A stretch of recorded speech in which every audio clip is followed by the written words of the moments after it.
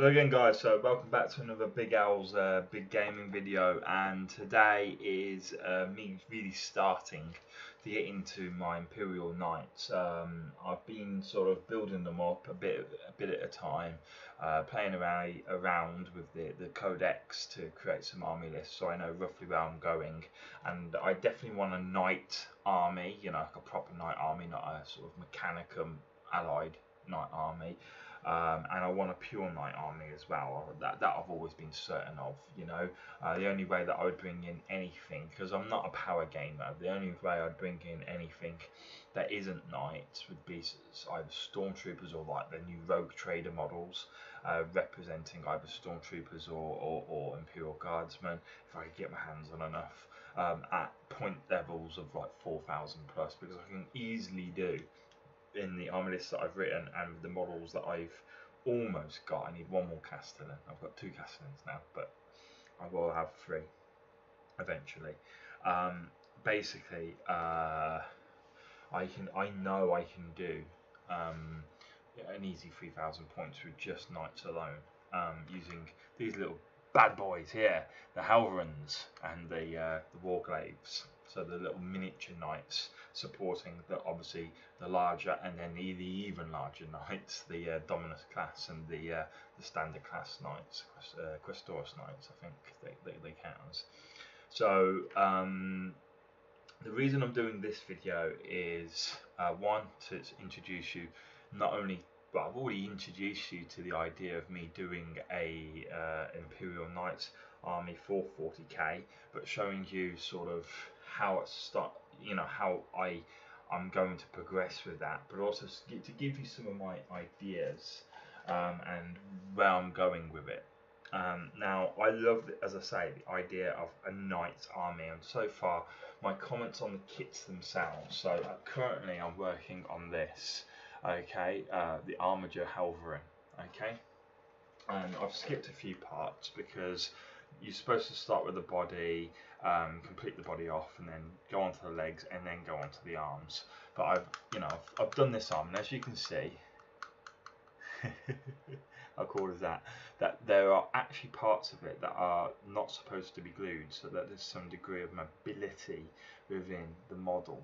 I've never been a huge fan of being able to, you know, pose your models in such a manner, because I find that although useful, on the when done through the model itself, it adds instability to the model. You can never get them in your favourite pose and keep them there. So I tend to fix the pose once I'm 100% certain on the pose that I want.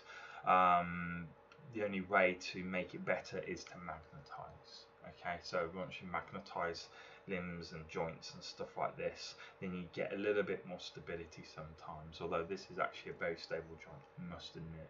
So fair play to Games Workshop. Their sculpting abilities seem to have improved significantly since when I was used to when I last sort of collected them en masse. Now I'm just trying to get a side profile picture of this knight. Yeah, I'm just making sure, because you know there's that horrible point, isn't there, when you're going through the manual, and I remember 20 years ago where basically it was take an arm, stick it to, you know, a gun, stick that to a body, and that's it, model done basically, and then stick the head on and then put it on a base and all the rest of it.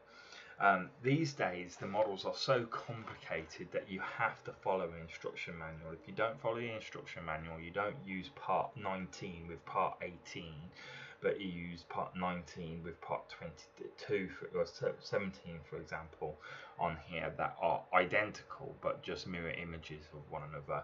Then you end up with basically the arm on the wrong way around, and you end up with what essentially would be the outside of the autocannon facing the inside aspect of the Titan, and then it means that you've got to rip it all apart, and you know, start again ultimately, which is not something I particularly want to do. So I was just double checking there that the skulls, okay, sorry, the schools are supposed to be on the outside, which they are for the auto gun. Now I haven't finished it. There's a part of the auto gun missing, but and there's reason why I've sort of skipped a few steps and gone straight into putting it on the left auto gun. And I'll tell you the reason. Let's see what we can get as an example. Here we go.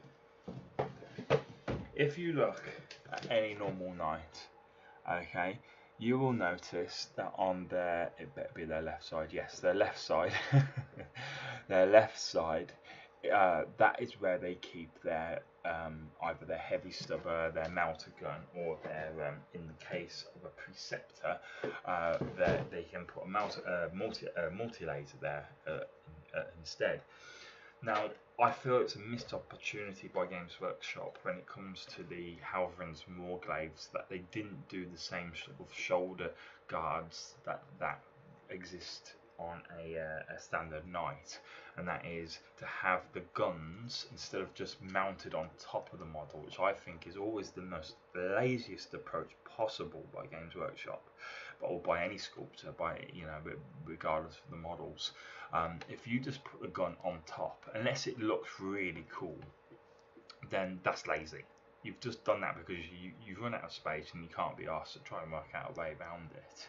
So I'm going to be doing a conversion job on here where I don't place the gun on top of either the Halverins or the Warglaive, but actually build it into the arm like the knight.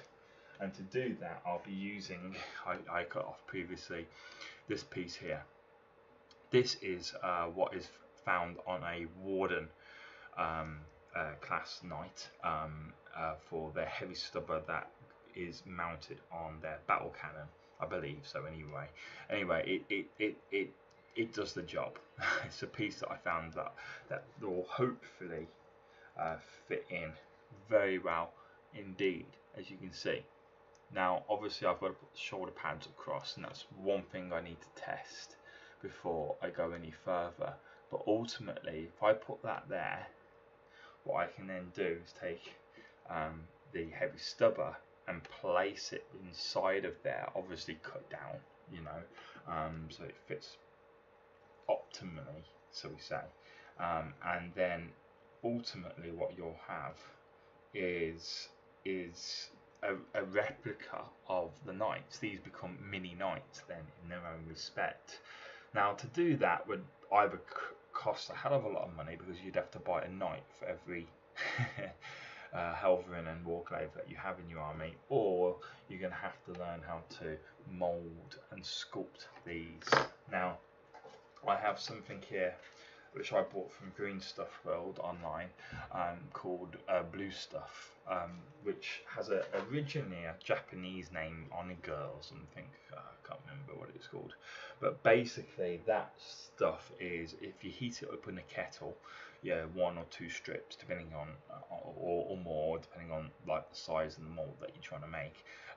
It is I think it's silicone based. It's just a thermoplastic, okay? So it's a thermoplastic, which means that it's a plastic. When heated, the bonds in the plastic break, but then can be remade into another shape. In comparison to this, which is a thermosetting plastic, for example, which if you were to melt that, it would just turn into a mess, okay? It's set, you can't reshape this, okay? Not this kind of plastic. This kind of plastic you can, okay? And so it's great for creating molds. And so if I was to create a mold of this piece here, providing I was to maintain the hole there, which I don't think would be too bad. I mean, even if I didn't maintain the hole, could just drill through it. I find a drill piece, wherever my drills are. I don't know where my drills are, but they'll be in my tool set, which I'll get out later. But no, I got my knife kit for sculpting. Oh, sorry, not for sculpting, for cutting very precisely. But basically, what I'm going to do is I'm going to try and create a mold of this. Now what I also want to try and do is on the other side, I don't care whether this happens or not, but on the other side is to put a little miniature shield. And so I'm going to go for the Knight kit, the Preceptor kit and the Warden kit, which as far as I'm aware is pretty much identical. This is part of it here. This is the sprue where I got this bit from. So if you're wondering where that is, it was somewhere on here. I don't know where, I can't remember where. If I can tell you the number, I will. But basically, what I want to represent is, you see the shield there, is that shield, but obviously much smaller, so it fits in there, because as you can see, the shield is as big, is as big as the Hawthorne itself almost. Okay, so I need to have a look around and see what I can get off this sprue or other sprues. Oh yeah, it was number 86. That's part 86 within the Warden, the old Imperial Knight Warden kit. I don't know if it has the same number assigned to it in the Preceptor kit. Okay, but the old Warden kit is part 86. Okay. And as I say, I need to go through the kits, because these are, I've never made Imperial Knights before, so I'm not sure what they've got. But I might find that maybe a Grey Knight shield off the Terminator, for example, if there's any of them going around, might be sufficient enough to be able to, or big enough essentially, to fill in the gap, or most of the gap there, and look, you know, pretty nifty. I've got a high suspicion that they'll be too small, because obviously this is far bigger than a Grey Knight, but it's only a small part of the model, so you know, it sort of swings and roundabouts in that sense. You know, what I'm doing is I'm just manipulating the joint here, because I have glued obviously these pieces on, but the problem is if you get a bit of glue on a bit that is supposed to be movable, and it starts to set it in position. The problem is, if you set it in that kind of position like that, that's how it's going to glue. So what I'm going to do is I'm going to make sure that it's pointing at least in the direction that I want it to be pointing in case it does glue and set in a certain position, just in case it gets set. And as I say, later on I will want to set it anyway, because I don't like all this movement. You know, we're not playing with action figures, we're creating miniatures here. So, but it's nice to have that option. I'm not detracting from that. It's really nice that Games Workshop give you the option to have posable figures. But these aren't action toys. These aren't action figures. Okay, we don't want posable limbs, and you know, they'll be putting voice boxes in there where you squeeze it and they go, "I am a space marine. I will smite you in the name of the Emperor." You imagine it like a plush toy sort of thing. No, we don't want that. We're adults. Or we're pretending to be, at least anyway. We're adults playing with toys, but at the end of the day, we're trying to make this a fairly mature hobby to some degree anyway, and create what we think looks good. Okay, and as I say, me putting that there, I'll have to have a little play around with its optimum positioning in relation to the gun, but there we go. Look, it hasn't taken much effort, and it's got a pretty flush finish. It would take a bit of green stuff maybe, just to sort of make sure that it's in optimum position, you know, but you know, I think that would work, especially with the shoulder guard, which will hide a myriad of problems essentially that potentially you would have by putting that on there. So what I'm going to do is I'm going to put the the shoulder guard, the left shoulder guard on this model now, and see what it looks like, and then show you in a minute.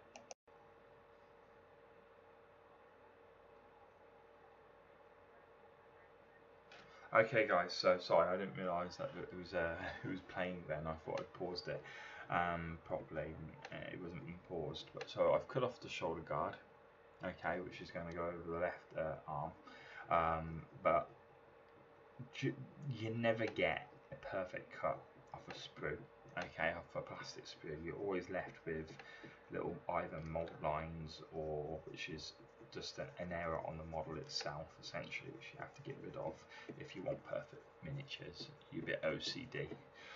Mold lines, in my opinion, unless they're drastic, tend to disappear when you paint them. They become very, very minimal, very hard to notice. But they should be removed. Just, you know, you should get into the practice of removing them anyway. So that your models look as good as possible. But what I'm doing here is I'm taking a very light file that I've got from Games Workshop, and I'm just filing off where I've made cuts on the model, that especially on parts which, and I'm focusing mostly on the parts that will be potentially visible on the model, because obviously I want that to be as good a finish as possible. Now, this is one reason why I don't collect Eldar, because the problem is when you do all this, you know, models like Craftworld Eldar, and to a degree Drukhari, or Eldari and Drukhari as they're known, but the Dark Eldar as well, is that they have really smooth finishes. It's, you know, a lot of their constructs for, well, certainly Craftworld Eldar are made out of Wraith bone, and the Drukhari are made out of hyper advanced, super modern alloys, metal alloys that are, you know, manufactured to the highest possible level that you can imagine. And in doing so, you know, you don't want to detract from that sort of super modern, ultra realistic, ultra modern, ultra advanced feel by having a piece that is just messy. You know, you can see where you filed it down, and it just doesn't work. It looks horrible. You just get, you know, you have to try and put a little bit of liquid green stuff over the top just to try and make it viable. And that's why I don't collect Eldar, because they're very hard to produce. Whereas Imperial Guard, if there's the odd bit on here that, you know, is a bit rough, I can just sort of model it into battle damage if needs be, and it will actually probably enhance the look of the model.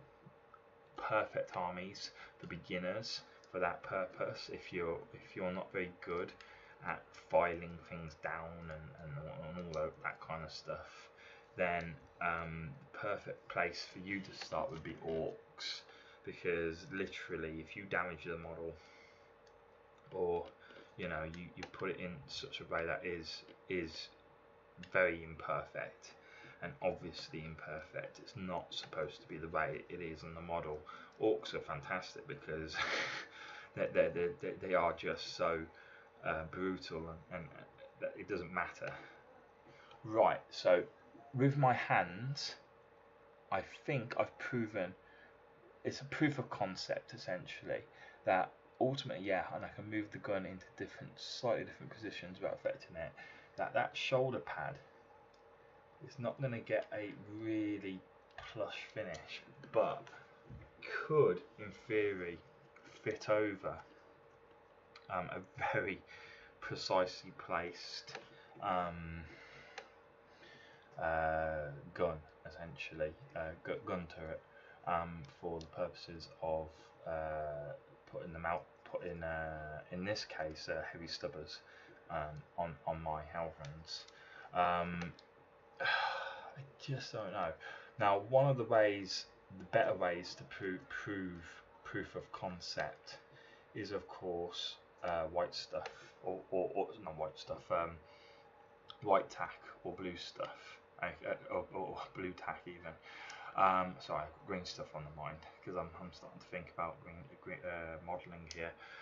But ultimately, that's one thing that you could do, is use blue tack and see how flush a finish you can get with the blue tack holding the pieces in the positions where they would be glued without having to get your fingers in the way.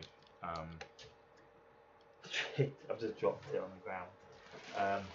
Right, so this is a very important piece because without it I can't do any war runs. There we go. I've just found it. I hate it when you drop small pieces, especially on the ground. Now I'm just trying to look at how is this supposed to finish. Okay, so it's supposed to look like that, I suppose. Okay, and yeah, like that. Okay, and if I was to squeeze that in just before putting it on, okay, then actually with a little bit of model filling, it's doable.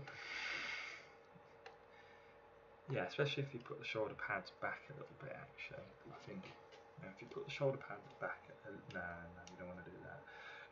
If God, this is so frustrating. But you guys can see the concept that I'm trying to go for, and I think one of the things that I could do is actually just keep this one thing I'm not making any wardens, so it doesn't matter.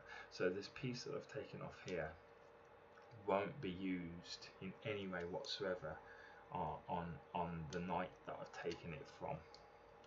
So it's not like I've wasted £100 on a night or 95 quid, whatever it costs, and that. But if I was to actually cut that down just a little bit, just cut a bit off it, then I think what will happen is it will fit better.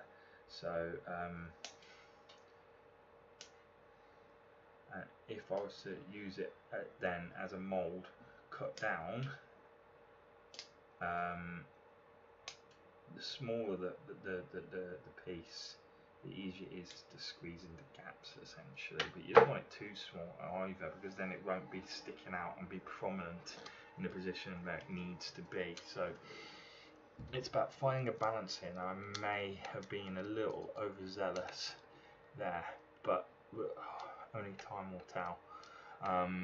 I will end the video very soon, guys, if I can't get a positive result with my fingers, and it'll be just food for thought. And if you guys have any ideas, then obviously I'm more than willing to hear them out. But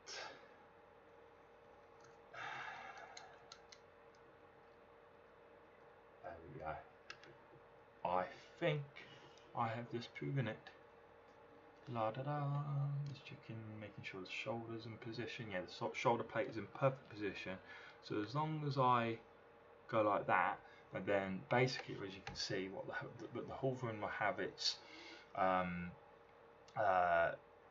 little gun, the heavy stubber there. Oops, I've just lifted the shoulder pad off there slightly. We'll have the heavy stubber sticking out there, and on the warclaves it will be identical. It will be the same piece, but it will have a mounter gun sticking out of it. Ideally I want that angled ever so slightly, so I might have to cut that just a little bit more. But what I've done is, because I've decreased the size of that piece now, I'm actually able to position it actually slightly differently at different times, and have it. Anyway, basically I've done a proof of concept, and I can be able to. The thing is about molds is, just before I finish off on this video, what you got to remember is that when you do a mold, the mold will always be that touch bit bigger than the original piece. So if this is like a perfect fit, then I've got to be wary of that, because it might mean that the mold is actually too big. But I did show you guys, and I'll have a look. I'll have a playback later on to see what it looked like on camera for you guys, and use it as guidance for myself. That's one of the advantages of recording stuff. The only problem is I have is the under part.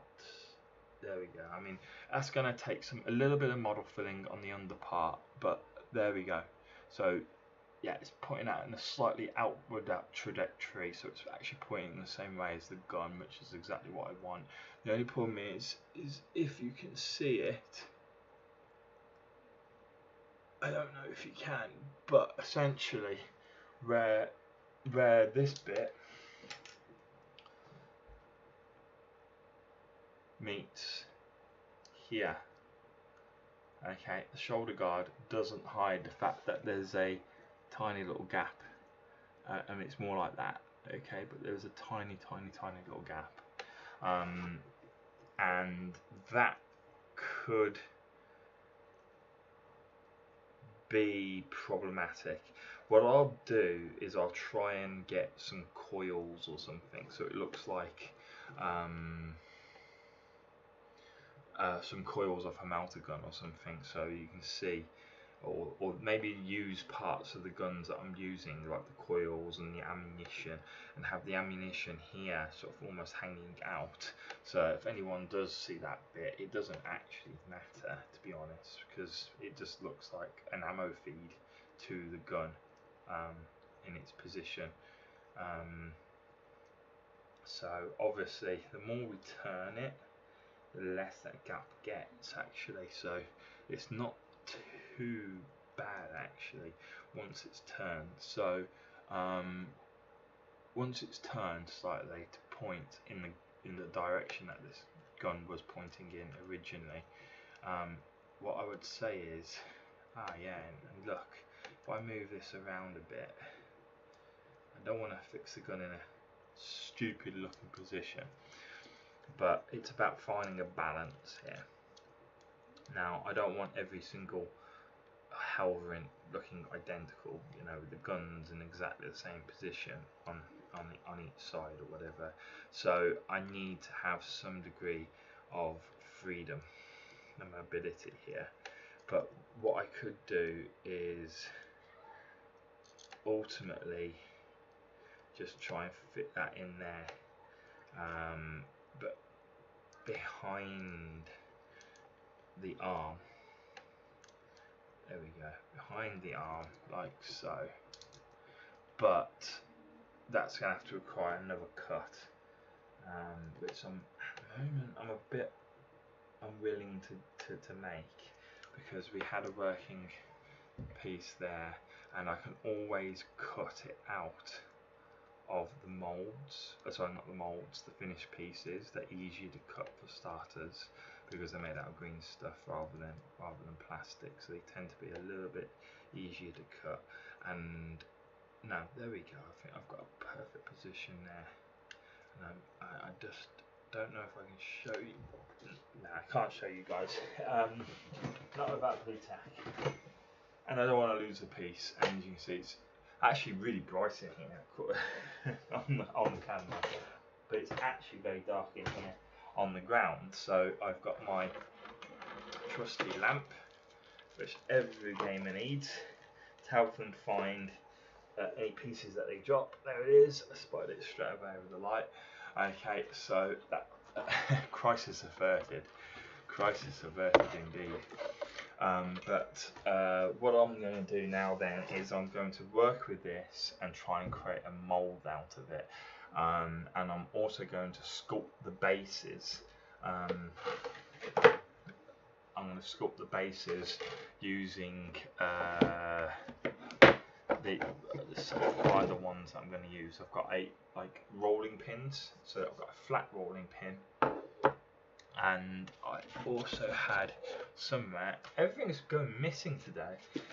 I'm trying to do a video and I can't show you it, but again, from Green Stuff World, I've got a mesh one, and that has, you can't see the pattern, but essentially it's like putting an aluminium mesh over the top of this, so it looks like it's got metal, it's like a metal grid essentially over the base, and you can actually sculpt your own bases as a result of that. It has a great amount of flexibility, having those tools at your disposal. I haven't used them yet, haven't created the base yet, because when I was experimenting on my Dark Eldar, which I've given up on now, but when I was experimenting on my Dark Eldar, yeah, that's better. Basically, let's get the light perfect. Well, hopefully, it's the problem with webcams, but you can see the 3D structure to it. That's a sort of temple of Cthulhu, is it, or whatever? So it's a mad temple.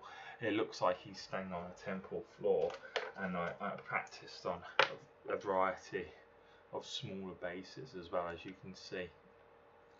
Okay, and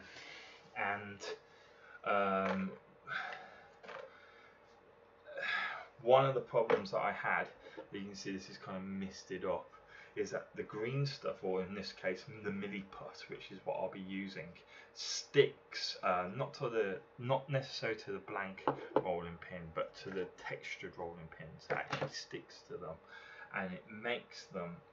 This is the one that I used, that textured one.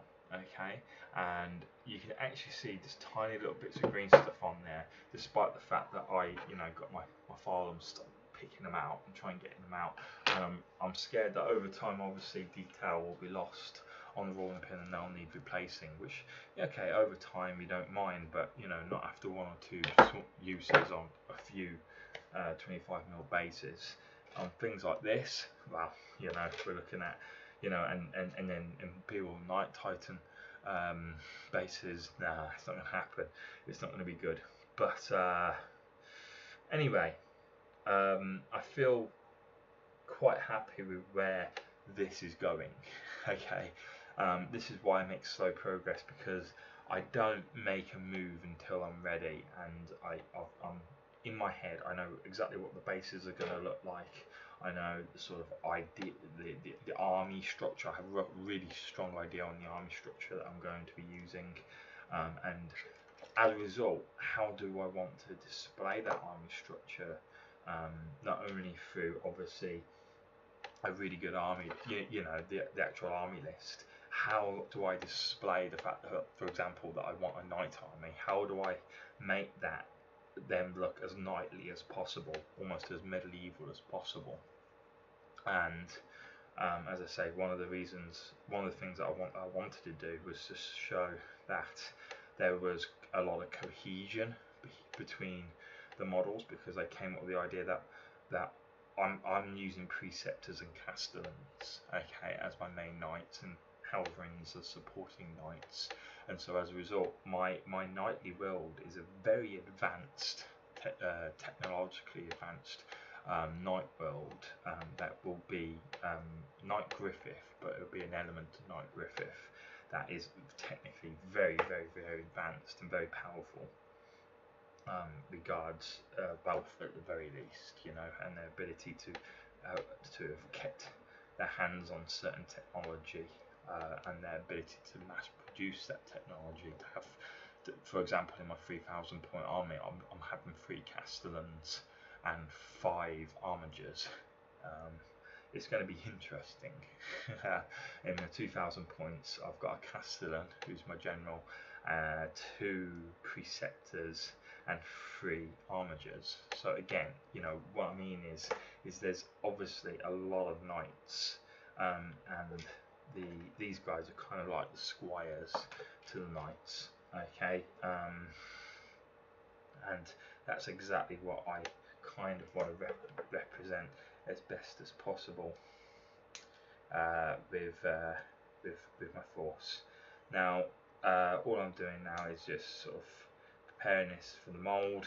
I know it's a little uneven, it's probably why I was struggling to get it in there, and also it makes it a little bit smaller, which is important because, as I say, moulds always get bigger than the original piece. They're ever so slightly bigger than the original piece. So if this is struggling to get in, then we're going to have serious problems, because we're going to have problems getting bigger problems getting the molds in, the finished sculpted molds in. But other than that, guys, thanks for watching. I hope this shows you the potential progress of the army. If you've got any ideas, then please share. Thank you.